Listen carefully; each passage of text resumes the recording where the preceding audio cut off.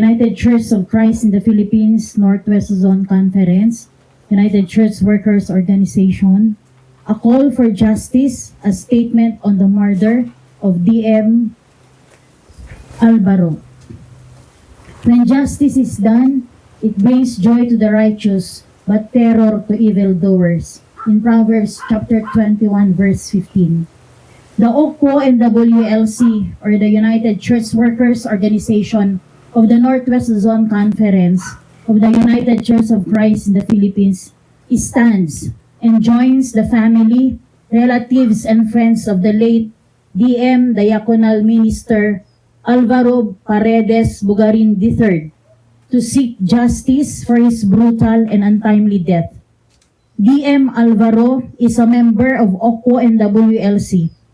His lifeless body, according to police blotter, was found along the shoreline of Barangay Naglikuan, Pasukin, Ilocos Norte, last December 27, 2025 at 5:30 a.m.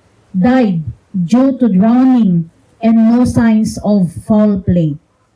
However, the OCO and WLC, the family, relatives, and friends of D.M. Alvaro are crying for justice and demanding impartial investigation into his death. We declare and assert that D.M. Alvaro was murdered. Signs of foul play are exposed by the photos of Alvaro's remains. The dismemberment of his sex organ, the contusion and blood stains on his face and some parts of his body convince us that he was tortured and murdered. We demand an end to killings and all forms of crimes.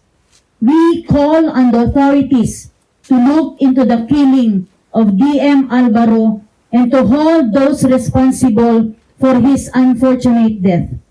We demand justice. Our faith compels us to seek justice, love mercy, and to walk humbly with our God. Amen.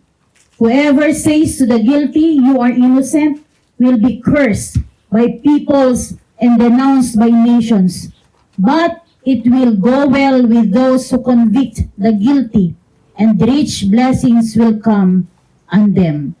Proverbs chapter 24, verse 24 to 25.